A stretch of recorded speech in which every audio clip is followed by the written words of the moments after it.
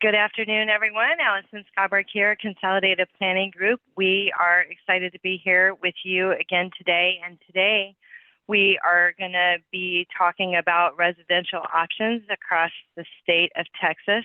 This is our residential experience panel, and we're excited to bring all of these greats together to talk about each of their locations, who they serve, how much they cost, whether or not they take waivers.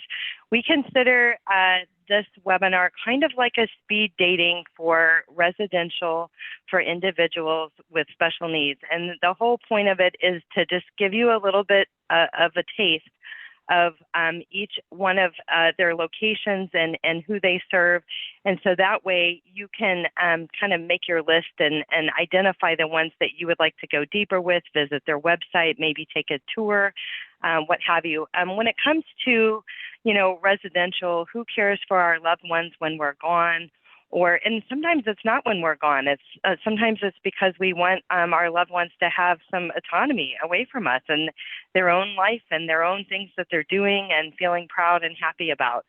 So Consolidated Planning Group, guys, we're a holistic special needs financial planning firm. We have over 30 years of experience. We do holistic special needs planning.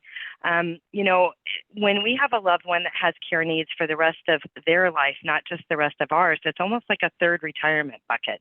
You're planning for 25 to 35 years for yourself, and if you're married, your spouse.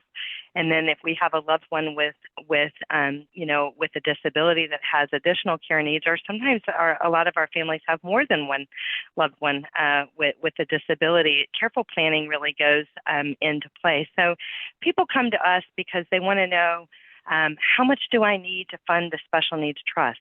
How do I pay for residential and make sure that there is enough money once I'm gone that it will continue to cover those costs? We put future care plans together, lifetime protection plans. We help people set up ABLE accounts, and we preserve benefits for state and federally funded programs like SSI, Medicaid, to name a few.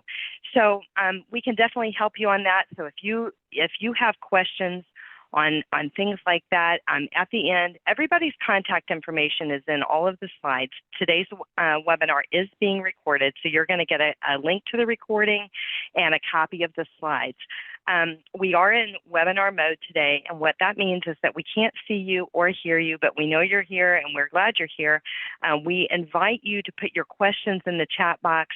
Because we have so many presenters today, please do identify who your question is for. And instead of putting your question specifically to that person, just say who it's for, but make your question for everyone so that way other people can see the answers as well, because usually if you have a question, somebody else does too, and you're helping others at that time. So having said that, we're going to get started. And Mark, you are up. Thanks for being here with us today.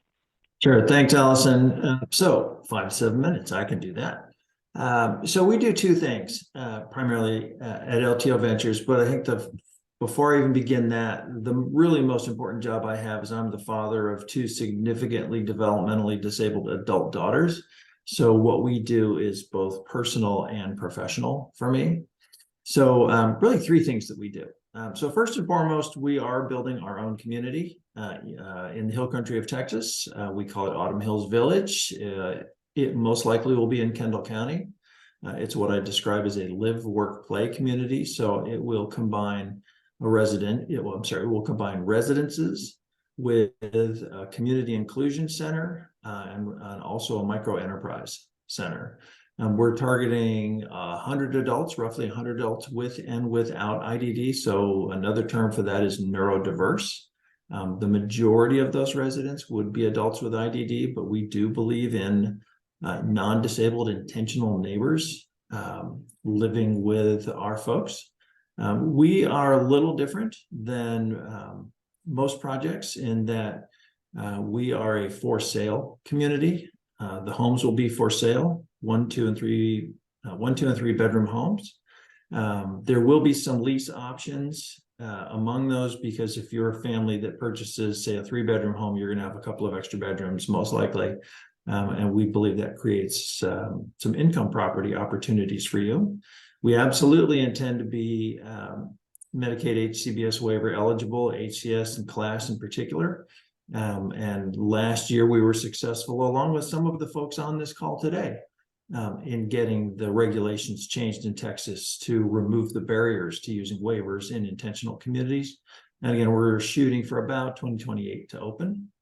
Another big piece of what we do is we do this, we provide consulting and paid project management services to other nonprofits around the US to help them build their communities. And so we have projects in Indiana, Minnesota, Ohio, Pennsylvania.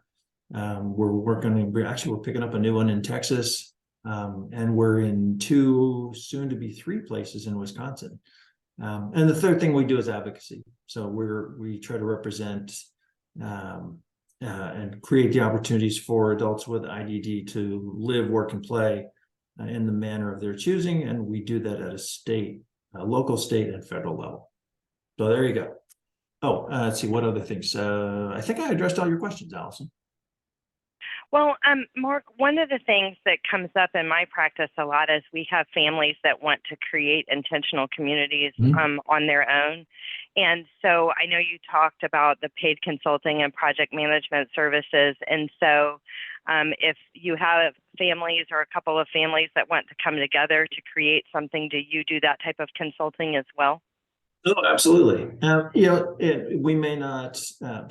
First of all, anybody can call me anytime, and I'll talk to them about what their situation is and try to recommend them to places that I think could be a good fit, including the people who are on the call here, people who've been on previous webinars with you. I think I know most of the projects around the state. For some folks, it might be as simple as just getting together with 3 other families, buying a house, figuring out services, and going from there. But other times, and in fact, we're getting ready to sign on with a project in the northern part of the state. It's a nonprofit, sometimes a fairly young nonprofit that is providing services, and now they want to get into housing. So we're happy to help any size group. Thank you, Mark. And I can also personally say that Mark has a wealth of information as well on a lot of topics, just with his own experience with his own adult daughters, and certainly for what you're doing as well. And so one person says, Mark, where is the second location in Texas? Yeah, so obviously we're doing our own in the Hill Country. We're talking to a group in Lubbock, in the Lubbock area right now. And I expect that we'll be helping up there. We've had multiple conversations with Daymark about what they're doing. I see the folks at Marbridge all the time. Scott and I have worked together a long time. I'll see him next week. So yeah. Great. Thank you. Thank you for sharing LTO Ventures with us today. Next up, we have Barry with Down Home Ranch. Barry, thanks for joining us again today. I appreciate it. Tell us about Down Home Ranch. Yeah. So the ranch was dreamt in the late 80s and early 90s. It was started by Jerry and Judy Horton. The first time that we have ranch camp in 95, and that was the first service where we served multiple people with intellectual disabilities.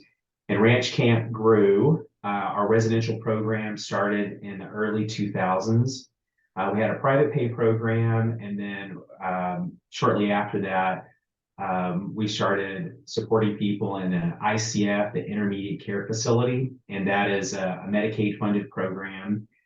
And then we started serving people in the HCS program, Home and Community-Based Services, which is also a Medicaid program. And then as we were growing both of those, probably in the late 2010s, we started our private pay program, so allowing for people that may not qualify for Medicaid to be able to still live here at the ranch. So in our Medicaid programs, we do have an interest form on our website. With our ICF program, that's something that really there is a wait, and it's about 2 to 4 years. Currently in our private pay program, We have 2 openings in our tiny homes, which is what you guys see here. Now, you guys can go on our website. There's information about what is included in that per month cost. But it's going to be how the ranch is structured. You can also look on Google Maps, but it has a circle, and then it has our ICF homes, and then also the private pay tiny homes. So if someone needed support, we're just staff's a phone call away. We also provide nursing and nursing assessments. We're out in Elgin, so it's about 45 minutes east of Austin. You can get to it pretty readily from Houston, the Waco area, of course, Austin. It's off of 290, so pretty easy to get to. One of the things that makes the ranch unique, one of the many things that makes the ranch unique, is we're 410 acres. And then with that, and also having access to all of that land, we have animals. One of our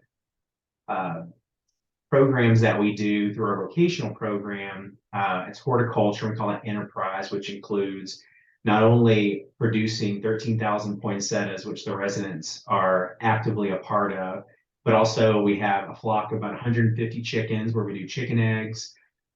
This fall, we're going to try some broiler chickens. We have a couple of the ranchers, that's the folks that live out here, who are actually going to have their own kind of micro enterprise where they're going to raise and sell their own broilers.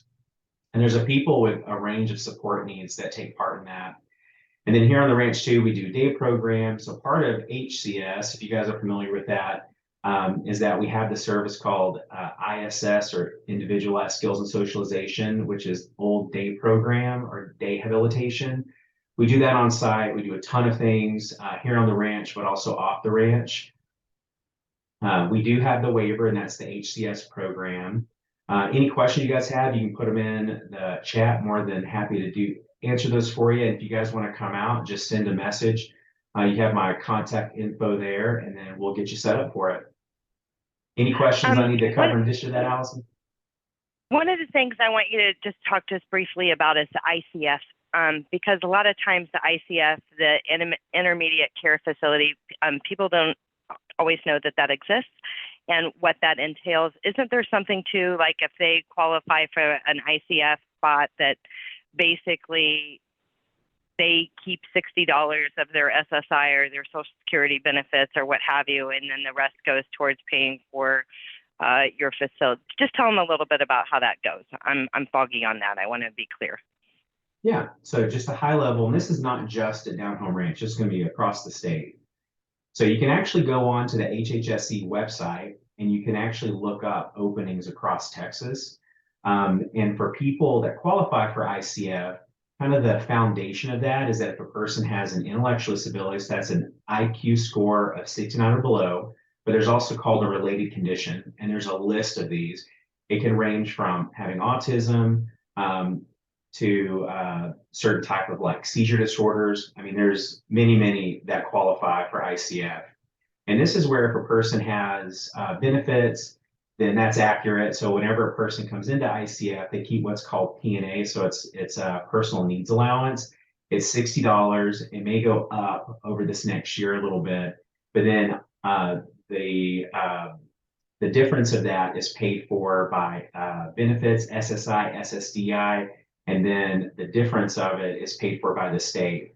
If a person has a job where they're actually making income, that can actually, it goes into the equation where people actually pay a little bit in to the cost of care. ICF, it's based on availability, and there are openings across Texas, but also meeting what's called an institutional level of care. And how Texas kind of frames that is if a person has an intellectual disability or a related condition, but then also has additional support needs. And this is an assessment that the psychologist does at the local IDD authority, which are those local mental health centers that are around Texas. They used to be called MHMR. And once you go through that process, they can actually give you the information that allows for your loved one or yourself to qualify. And really it's looking online, finding ICFs that are close by, go and tour them. There's even some information on like some Q&A that you can be prepared beforehand that you can ask those types of questions. And here at the And you're ranch, speaking of the level of need, LON 1 through 9, is kind of what the local intellectual disability authority will establish, that LON. You may have heard of that before. The very last thing I have for you is it says youth and adults. Do you have residential housing for youth in need, or is that just your summer camps? I want to be clear on that too, because there seems to be a lacking of options for individuals that are under age 18 across the state. So I want you to mention that. Yeah, absolutely. We focus on serving adults in our residential program, 18 and over. Our average age is around 37, but we do serve people that are 24 and 25 in our ICF and our HCS program. When we say youth, we actually know that there's a need to expand services. So we have summer camps, and we also have a camp that we're doing in the fall and weekend camps that are geared towards 13 to 17-year-olds. And how we're focusing this is to look at that transition from youth to adulthood. And we are also providing, that provides some comfort to family, to all of you guys, to know that we've been around a very long time and we have this residential service. So it really is like gearing people or gearing your loved ones for kind of the next transition in life. All of it's on our website. Really, whenever you're looking, if you have questions, feel free to call me or send me a message. I'll be more than happy to respond.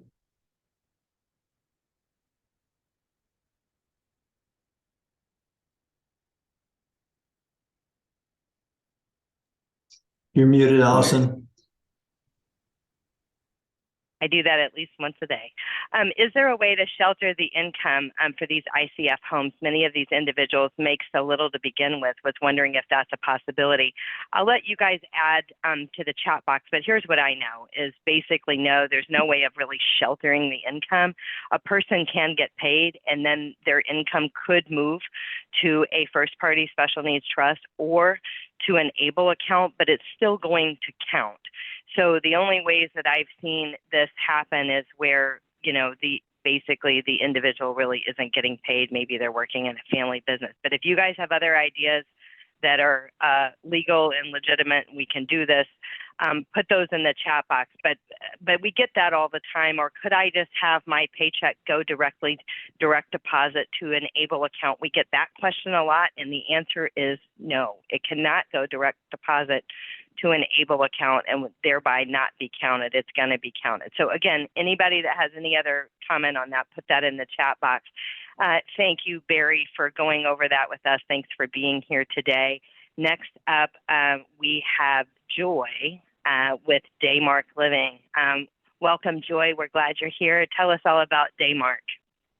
Hello, everyone. I hope everyone is having a beautiful day.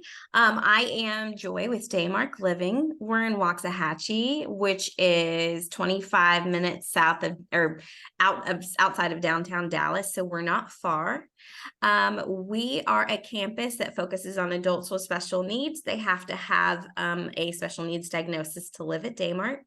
Currently we have about 135 residents. We have capacity for 202. We're only 4 years old, so we're doing really well. We anticipate being full in quarter two of next year. We're super excited about that. So Daymark is a campus where adults come and they learn independent living skills. Some will live with us for a short time to have to gain independent living skills and live on their own. Most will live with us forever. There are plans in the works to eventually have a small continuum of care next to us for those that are aging in place and need a little bit more care. We'll add that. Once we get full, we'll start to build that next to us. So at Daymark, our residents are living independently together. They live in cottages, very similar to dorm-style apartments. We have, I think, about 28 cottages on campus, and those are houses where residents live with 2, 3, or 4 others. And they have a private bedroom, a private bathroom, and they share a full kitchen and living space. No one lives in there with them, but we do have staff on campus 24 hours a day, including nursing care. When we first opened, we were pretty focused on independent residents, but we've added a nursing component over the past few years. And so our residents are able to have a higher level of care needs. We have about a third Down syndrome, a third autism, and a third other, to include TBIs, fetal alcohol, Williams syndrome, a variety of other genetic mutations, things like that. So we have a variety of residents on campus. It's a very eclectic mix of amazing people that we have here. We have coaches on site that help with prompting and teaching classes, helping residents deal with social situations. I think we all deal with social situations every day, all of us on campus. We have domestic skills partners that help with hygiene care, prompting, cleaning up their cottage. We have housekeeping and maintenance, of course, that help with cleaning every other week, but the residents are responsible for picking up after themselves as they're adults and they're living on their own, and that's expected of them, and we'll help them. We'll meet them where they're at. Some of our residents have never done laundry a day in their life, and so we're here to teach them. Some know how to do it, but haven't used the type of machines that we have, so we'll show them how to do that. Whatever it is they need help with, we're there to help.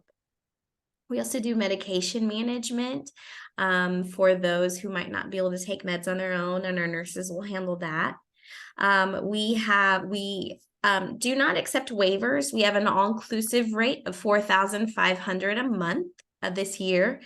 And so we that includes meals, transportation to work if they get jobs, outings, activities, volunteer projects. We have a huge volunteer program with Baylor Scott and White Hospital that we piloted. Our residents are true volunteers. They went through the whole volunteer process, including urinalysis and blood work and orientation. And for some of our residents who aren't able to get jobs just yet, that helps them to be successful and gain some job skills. Most of our residents have kind and giving hearts, and so all of them, I'd say. And so they're able to help with different volunteer programs in addition to that, like Meals on Wheels, making cards for veterans.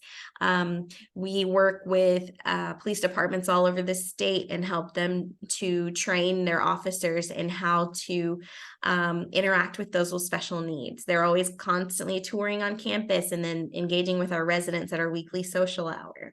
So we've got all kinds of things going on campus. I could go on and on and on and on about Daymark, but I'm here to answer any questions that you have if you'll just put it in the chat. Other than that, I think that's it. Joy, let me go back to Mark and Barry, if you'll put this in the chat box too, because I forgot to ask this. I would like you guys to tell everyone what are the behaviors that you can't deal with.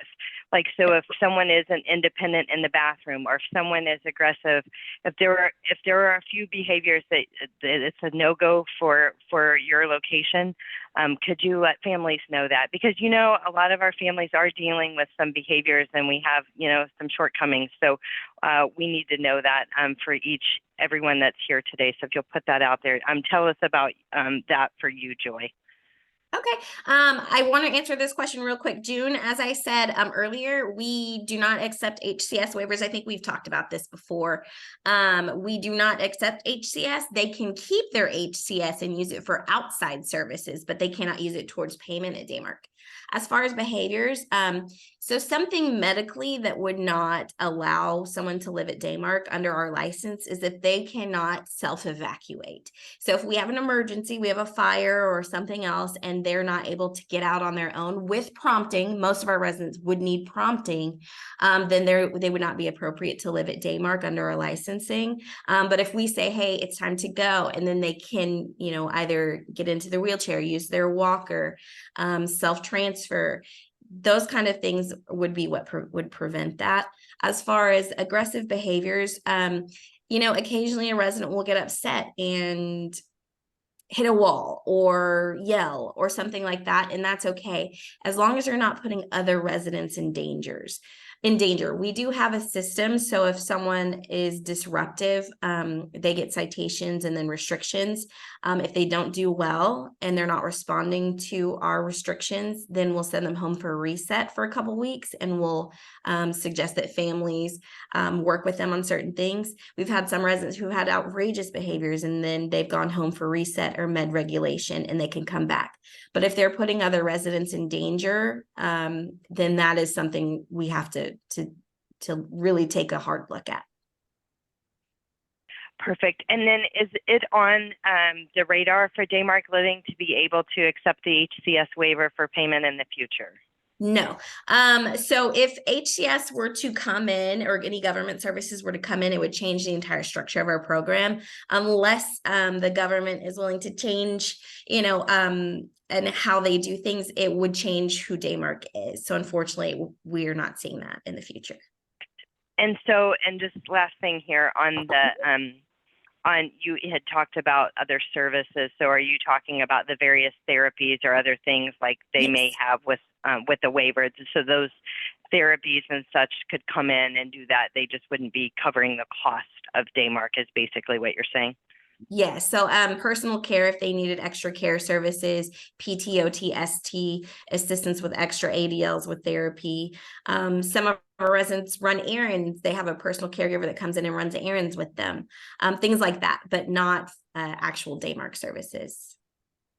Okay, perfect. Well, what I would say is I had the pleasure of touring at Daymark, and it's pretty fantastic. And so if you're out that way, or going to be out that way, or you should make plans to be out that way, make plans to go tour. You'll be glad you did. So thank you, Joy, for being with us today. If you guys have additional questions for Joy, just throw them in the chat box for sure. And then did Mark or Barry, did you guys have anything else you guys wanted to add on behaviors that you can't take? Allison, really quick, with all of our projects, the way we describe it is residents who present an unmanageable risk. Right? So we're very specific about the term unmanageable risk to the safety of themselves, other residents, guests, or staff. Then they're probably not going to be successful in our communities. Now, that said, both my daughters require significant supports, and we will be architecting our own community to be accommodating of that. But again, that you have to be able to look in the eyes of parents and say your son or daughter is going to be safe here. And really, that's where we draw it. And I think when evaluating, places to go, I think that has to be a very beginning question too. If you have a loved one that has some of these questionable behaviors, bring them up. Don't sugarcoat them. Don't hide them. It always comes out. Because I know that there's been bad placements in the past where things have been hidden. They always come bubbling up. And so I think, clear talks about that on the front end will make everybody happy. Barry, tell us about your behaviors, and then I'm going straight to Will with Marbridge. So for us, I would say that usually it's based around like ensuring that people have physical and emotional safety. So it really tracks with what we've been talking about. But then also how people actually access the space. So 410 acres, right behind us, we have a 900 acre cattle farm. So if someone is like leaving the home and they're not letting us know, there's not a process in place for that, like it can be dangerous. So that's really, it's that risk. It's the dignity of risk, but then also, ensuring that a person can get help when they need it. So the short is physical, emotional harm to others. We have to take a look at that. What we try to do also with camp is it's about whenever we're asking for information, it's about screening a person in and seeing what their support needs are rather than screening them out. We want people to be a part of the community and of the organization. Okay, so in short, runners could be an issue at Down Home Ranch, elopement. There have been people who have been very successful who elope, who leave without letting people know. And then there have been people that has not been very good for. What we do is we want people to come out and see the space We've hosted many families who have concerns, especially, for our camp. We go around and look at it. We can set up plans to where, like, if a person is going to go or run somewhere, where will they go or run to? And we establish those plans. We had a person that lived here for a number of years that whenever they would get upset, they would leave and they would go to the pond. We have 2 ponds that are accessible. They would go to the ponds and they would fish. Now, the dignity of risk is that they could do that, and their family, their loved one, and their team said, hey, if they're at the pond and something happens, we want for them to be able to take that risk. And then whenever things would cool out, they'd be able to come back to the house and talk about it. But in the moment, they couldn't. Okay, gotcha. Thank you. Thanks for sharing that, guys. All right, Will, it is my pleasure for you to be here with us today and tell us about Marbridge. I have also had the pleasure of touring at Marbridge, and that's another place I encourage you to make your plan and tour all these places that you're interested in, because it's such a feeling when you go there. And I mean, I think so many families think that they're sticking their loved one somewhere, and you're absolutely not. What you see as whether they're members or residents or whatever the term is that is used at each of these places, these folks are happy. They have friends, they have purpose, they have jobs, they have their tribe, their friends. It's pretty cool. So anyway, tell us all about it, Will. Thank you. You're making my bald head blush, so I'm sorry. You guys, first of all, thank you for having me, and thanks to everyone on the panel. To all you families out there, I really applaud your efforts in researching and planning, especially if you live in Texas. It is becoming increasingly important to think outside of the box. I know we talked a lot about waivers, and I mean, if you like some numbers, class and HCS combined have 198,000 people waiting for, I'm sorry, that's the interest list. That doesn't mean they're waiting for services. They might not even be approved when their name comes up.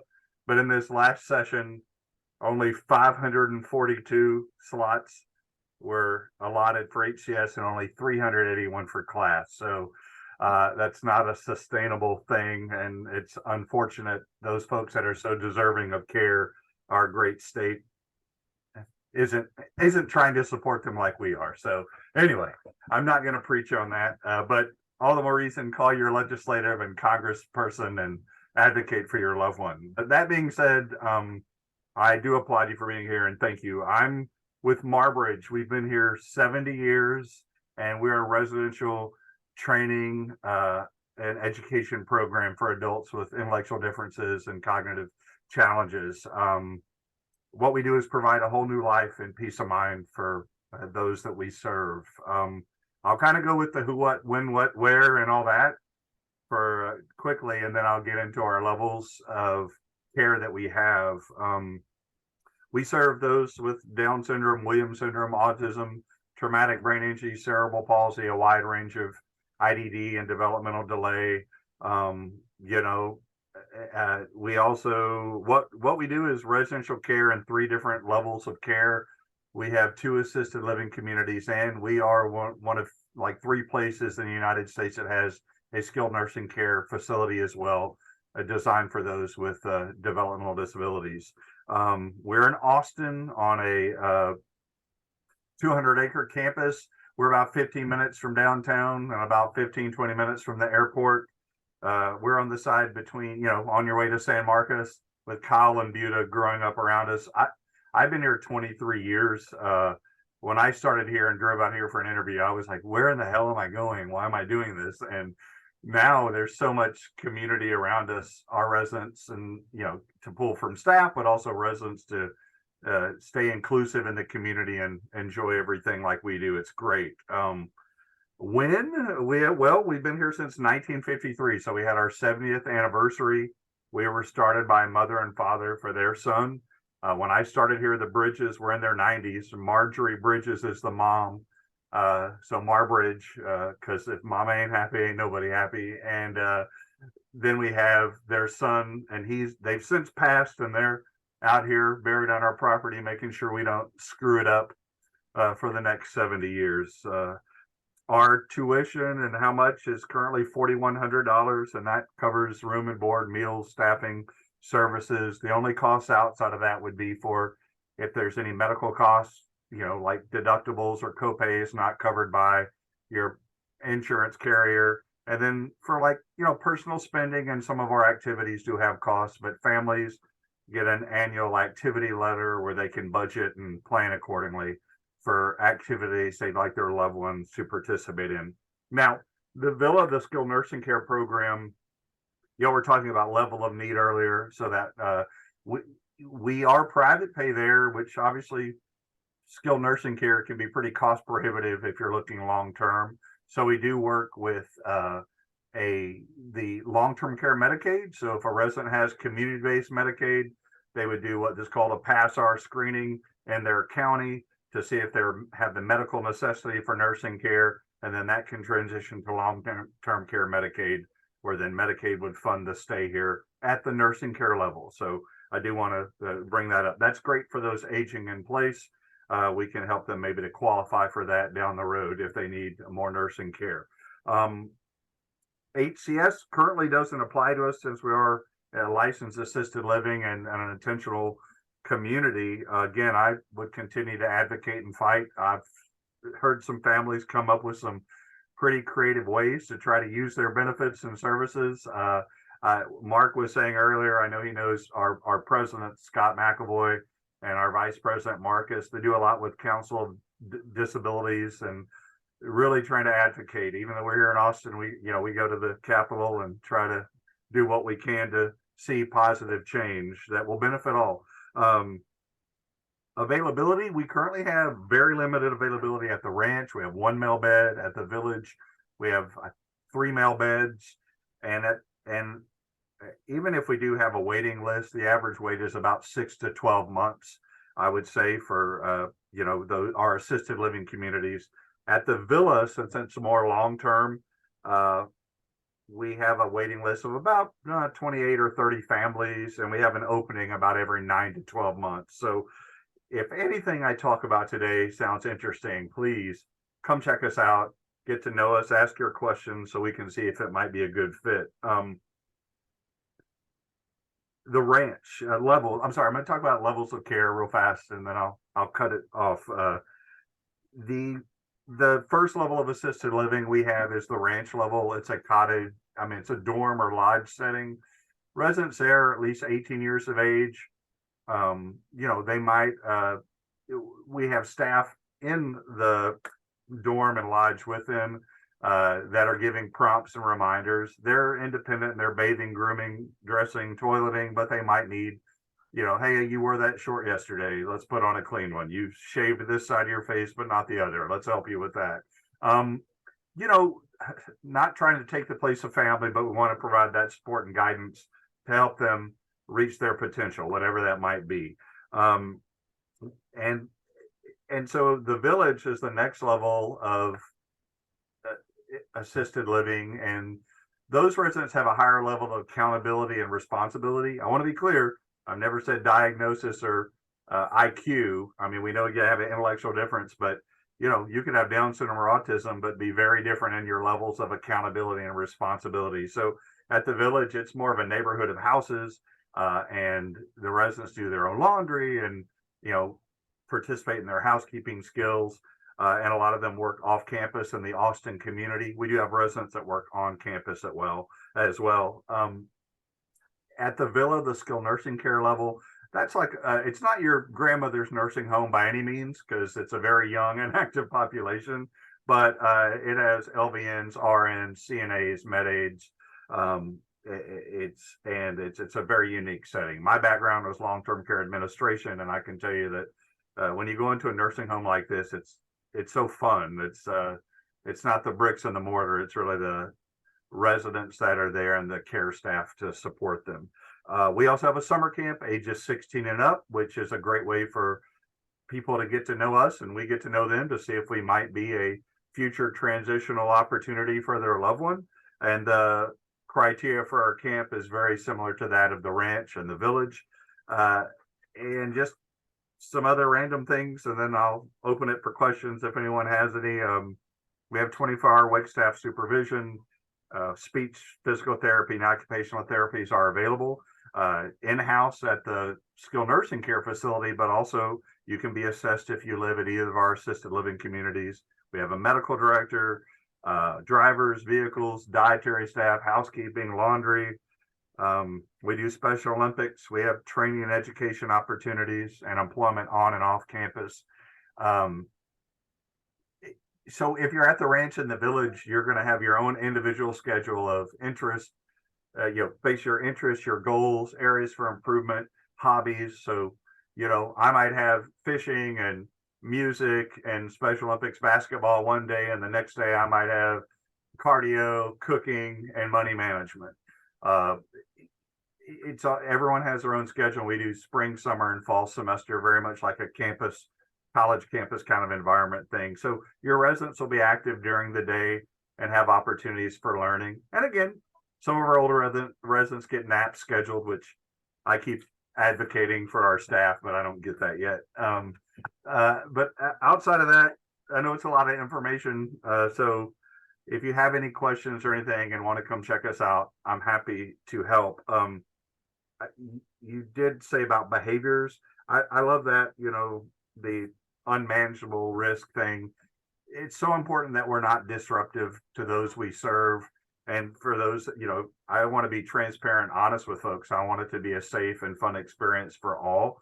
There's good days and bad days, but if someone needs ongoing, like one-on-one support because of aggressive or threatening behaviors, we're not a therapeutic community in that sense. So I wouldn't want to set them up for failure. And so I think it's really important, as Allison alluded to earlier, it's okay if your loved one has, be honest about their needs and their abilities when you're talking to these programs, because we'll all eventually find out. And the more we know on the front end, the more that we can really help and guide you. Even if we're not appropriate, we'll try to give you resources, because we have a lot of friends in the field that we can share those contacts with you. So a lot of talking, I'm sorry. No. It's good. And you've got some questions in the chat box that you can address. Just two things. Three. One takeaway for everybody here is to start touring early and get your name on the interest list if you're interested in any of these places. So that way you have the right to say no, but don't need to say yes and have nowhere to go.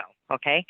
And so plan early. You're here. That's part of it to begin with. But one of the things, there's two things that I took away whenever I toured at Marbridge, and it was that the differing abilities, it's a wide variety, and there's people that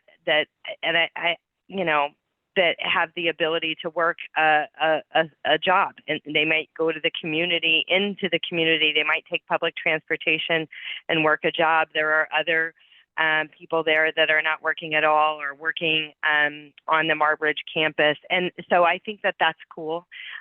So depending on, their abilities that they can grow. They may not be there yet, but they may get there. And so there are options and opportunities for growth. And then the other thing that I took away was, because of the care facility, that as our loved ones age and get older and aren't as healthy as they once were, that they can stay.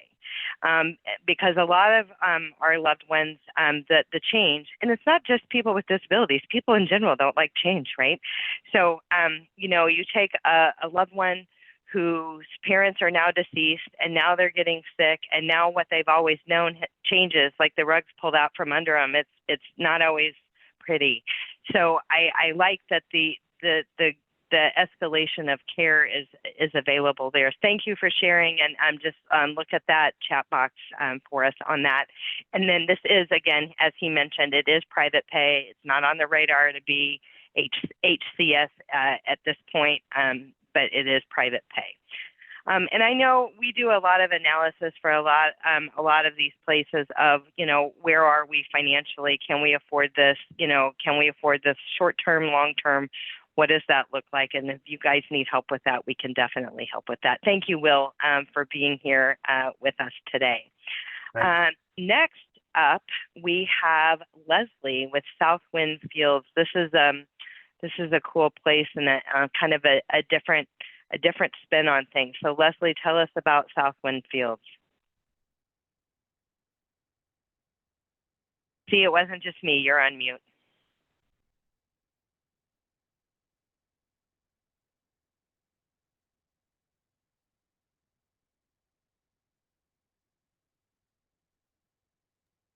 There we go. It was stuck. You would think by now I would have that down, but apparently not. Anyways, hello, my name is Leslie. It's always so humbling to be at the table, so to speak, with so many amazing organizations. So thanks again for having me. Southwind Fields is a nonprofit. Our primary location is here in San Antonio. We are currently in the process of expanding to New Braunfels, but I'll get to that in just a second. Real quickly, here in San Antonio, we have 2 programs. We are highly focused on forming community based on healthy interdependence. So the first is our City Locals program. We serve alongside about 75 locals, is what we refer to them as. They have a wide variety of support needs. Some of our city locals drive, have master's degrees, work in the IT field, and that sort of thing. Others need daily support, cooking and cleaning within their home and that sort of thing. So we serve a wide variety of needs. And as we've learned from our friends at Brookwood, we don't believe in behaviors, we just believe in unmet needs. So we do everything we can to meet our locals right where they're at, and really serve them in a way that makes sense for them. So the City Locals program, we have an apartment complex that we've partnered with. It's about a 5-minute walk from our office. And we have, like I said, about 75 locals that we serve alongside there. We help them get through the process of applying for the apartment. If they need a job first, we do have in-house employment and job placement that we can help with. We do a roommate match. We don't just slap roommates together. We want them to choose their roommate from the roommate pool. So, that looks like them meeting 2 or 3 different potential roommates, and they decide who they want to live with. So once they make that decision, we start the process of applying for the apartments and that sort of thing.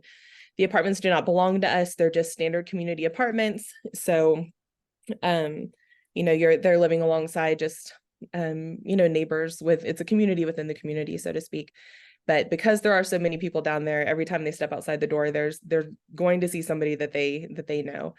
So we offer 24/7 on-call emergency support. We do have staff that live there in the complex. So if something comes up outside of business hours, someone can be to them within, just a couple of minutes. We have 24/7 on-call wellness. We do have a wellness director as well as a wellness coordinator who can help with everything from scheduling doctor's appointments. If they want someone to just go to the doctor with them, they can do that. They can be on the phone if that makes more sense for what they need. They can help oversee, medication management and that sort of thing. So we do offer that. And as well as, 24/7 on call for them. So if somebody wakes up and they don't feel well, they can call the wellness coordinator and she can kind of guide them in terms of what she thinks they should do. We have weekly, what we call environmental checks. So we have a home instructor that goes around to all the apartments every single week and just make sure that laundry is getting done, dishes are getting done, trash is getting taken out, all that kind of good stuff. And that, the apartment doesn't have to be perfect, but, healthy and livable.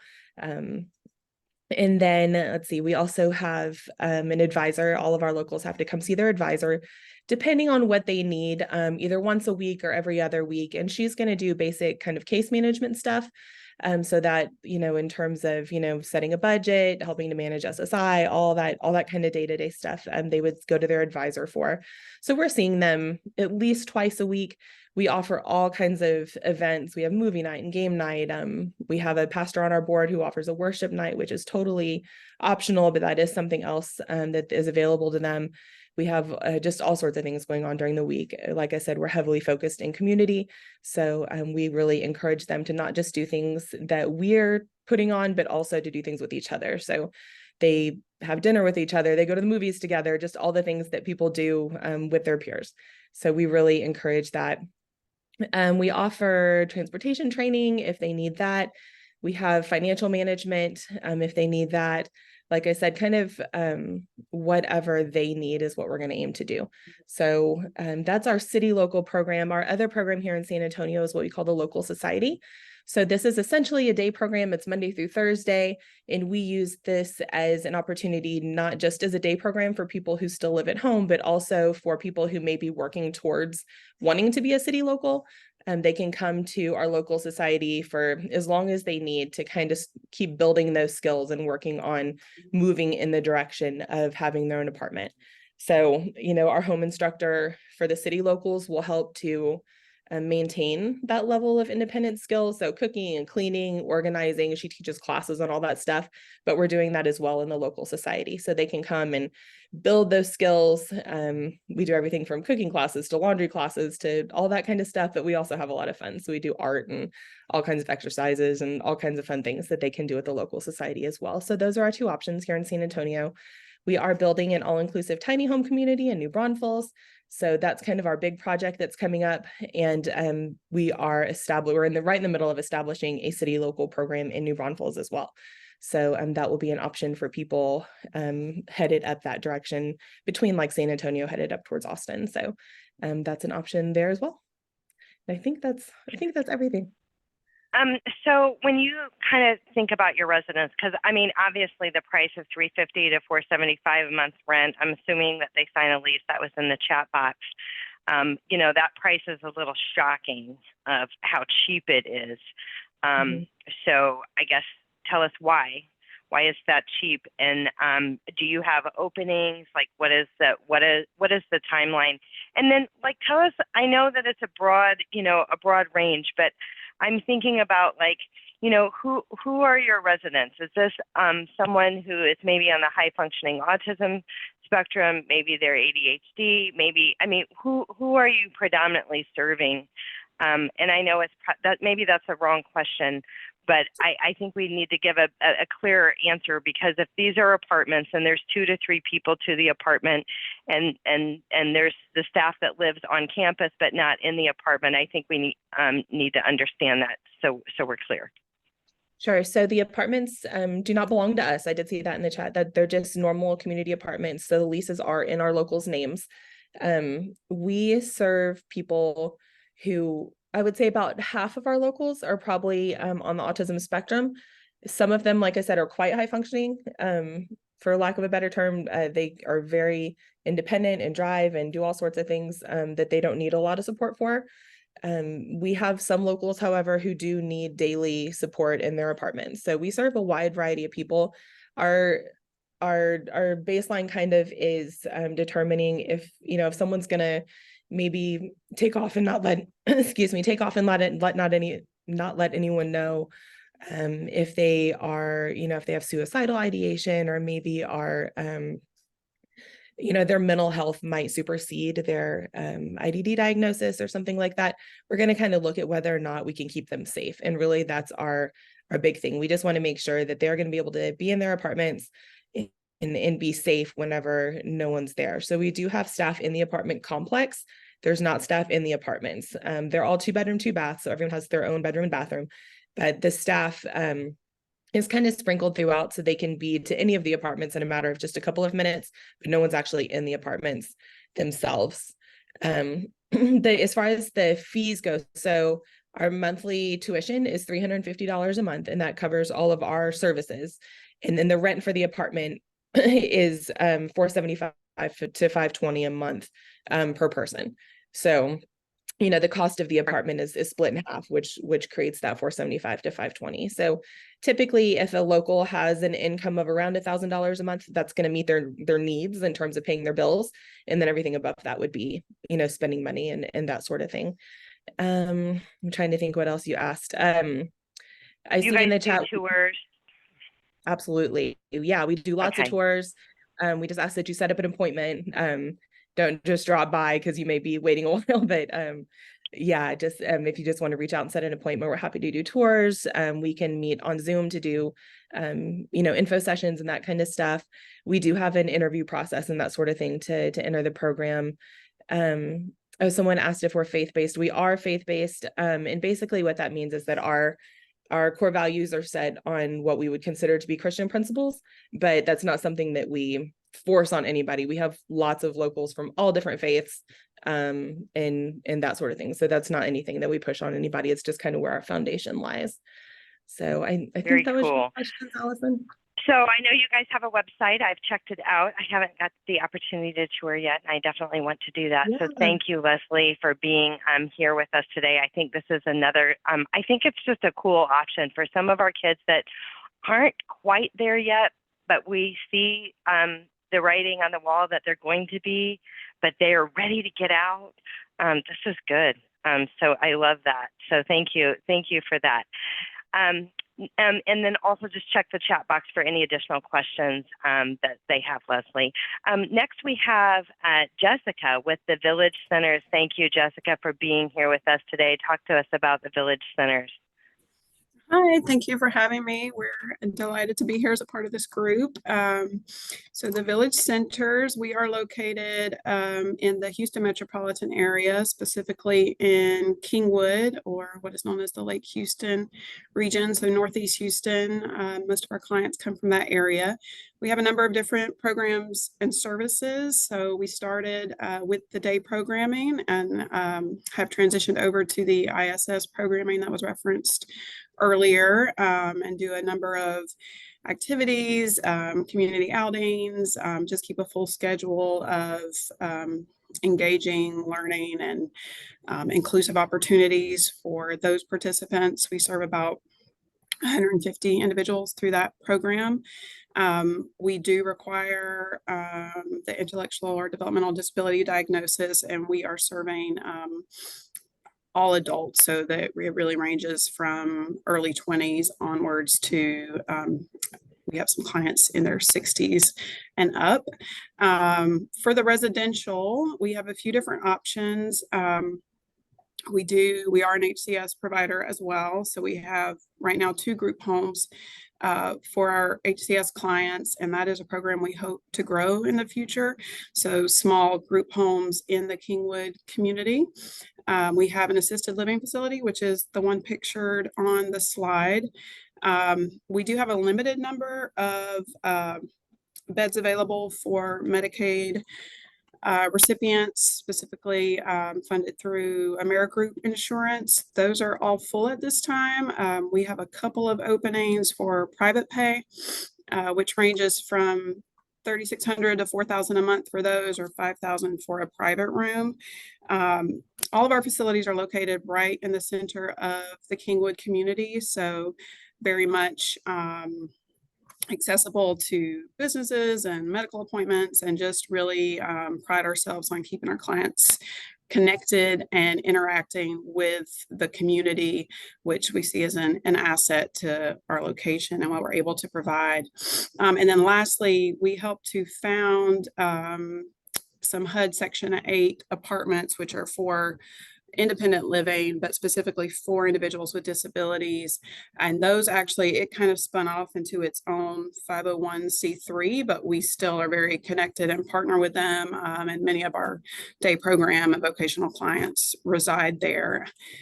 So a few different options. We do keep waiting lists when we are full, and the apartments keep their own waiting list for those facilities. In terms of behavior, do you have openings now? Do you have openings now? We are capped with HCS right now, although, like I said, we hope within the next, I would say 2 to 5 years to really expand that program's capacity, both just in terms of clients and the group homes themselves. We have, I think, 1 or 2 openings at the assisted living facility. Those are private pay beds.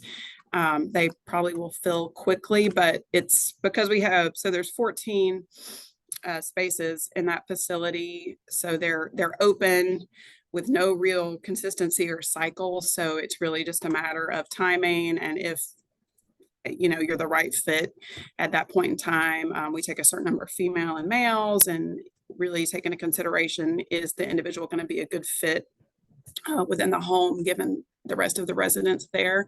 It is staffed, that facility, the assisted living facility, is staffed 24 hours a day. The director is a registered nurse.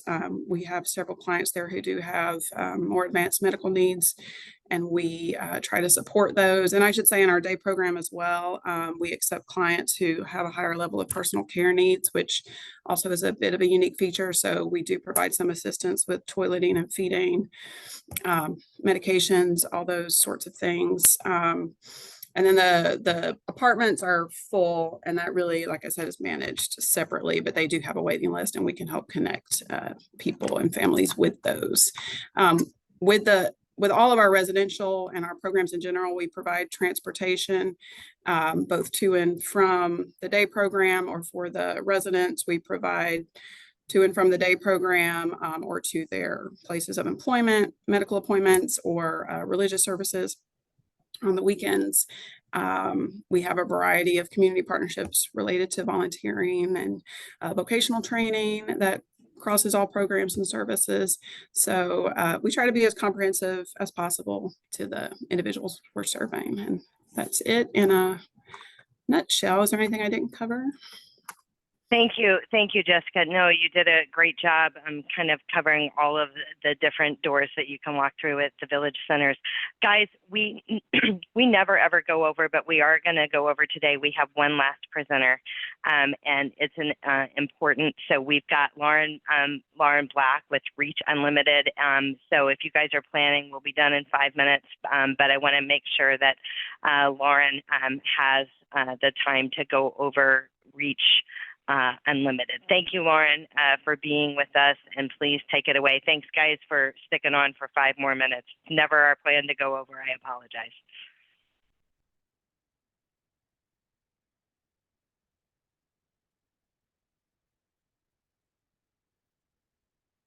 Hi, can you hear me now? Uh-oh, now I can't hear you. Thank you so much. I'm sorry, we're having internet problems at work, so I'm trying to do this off my phone, which is making this harder. But thank you all for the invitation to share today. Reach Unlimited is a nonprofit in the northwest quadrant of Harris County in the Houston area. And we're celebrating our 40th year with what started 40 years ago with 2 families, probably not unlike the families who are joining us today. Wanted something for their children that were aging out of school. Today, Reach Unlimited operates an ICF program, which you heard a lot about from some of the other folks today, as well as an HCS program and a very large day program delivering ISS services and supported employment assistance. And one of the things we think is a critical component to being an adult is having the opportunity to earn a paycheck. So we even have enterprise cottage industries built into our program where individuals earn money here on site doing contract work, working in the glass studio, fusing glass. We have a teaching greenhouse, and we just started a microgreens project where they are earning money by growing microgreens for local restaurants. So our program has many similar components to some of the folks you heard today. It is all Medicaid and Medicaid waiver participants. So the qualifications are to either have a Medicaid waiver funding slot or meet the qualifications to participate in the ICF program. We do have a private pay class, Texas Home Living, and we have lots of other providers that contract with us for the day services for ISS. So that is a full program, including after school services for individuals age 12 and up. We found families were really struggling with finding adequate after school care, and it has turned into being a beautiful transitional piece for some of the folks who have some problems with changes, and that then when they graduate from school, they're already familiar with the program they've been involved with at Reach. So I think that kind of sums us up quick. I know we're short on time, and you know what? I still can't hear you. Oh, there we go. Lauren, well, it helps if I'm not on mute for you to hear me usually. So someone asked, what is the average cost for private pay? And I just wanted to reiterate that you said that you do have day programs, transition programs. So what I love about those is post high school, if you want to like dip your toe in to see how this goes, I mean, you can be participating in these day programs, and they're kind of finding their people and their friends and where they belong there, and then transition in to residential should you choose for that. So I like that you have that path. But how much is it? So let's just say the majority of people aren't getting the HCS waiver or whatever, or any of the waivers out there, because they're all on the waiting list that Mark talked about and Barry talked about. How much is it if they're going to private pay for day programs or residential programs? Just give us a range is fine, and then they can visit your website. Our day program is a flat rate of $40 a day for up to 8 hours. We're actually open 11 hours on weekdays to provide more flexibility for families with before school care, after school care. I will be honest with you, we haven't had a private pay residential person in years because we have a healthy list of people interested in moving into HCS group home spots when they come open. So, but the last time we did have someone, it was between 4,500 and 5,000 a month based on their level of need and care and what kind of support they need. So that's basically in line what we're seeing with most of the other presenters today. So definitely, this is definitely worth checking out, taking a tour. And you know, when I reflect back, and I have clients basically at all of these places that, and they're happy. And so, you know, nobody works for us. We don't work for them, but we love to bring everybody together on the options, because what one option might work for one family, another option might work beautifully for another. So we definitely want, you know, families to explore those options. And I can't say enough the value of taking the tour, the feels of taking the tour, boots on the ground, seeing how the residents interact with one another and the staff and their community. It's just so good. It'll make your day. It did mine. Every time I've ever gone on a tour, I'm just always, I pretty much love it, and I love what you guys are doing. So thank you everyone for coming together. We're out of time today. Sorry that we went over. Guys, if you have questions about funding, how do we fund? How much do we need to fund the Special Needs Trust? How do we maximize benefits for state and federally funded programs? We're your team for that here at Consolidated Planning Group. We work on a collaborative team here, and our consultations are always free. So if you've got deeper questions that we didn't have time for today, I encourage you to reach out to us, schedule an appointment, reach out to everyone on here today, schedule your tour, visit their website, check everybody out. So thank you, everyone. Thanks again for everybody just being willing to come together for the greater good of our community. That's awesome. And certainly my pleasure. And again, I apologize for going over a little bit. Thanks, guys. Have a good one. Thanks, Allison.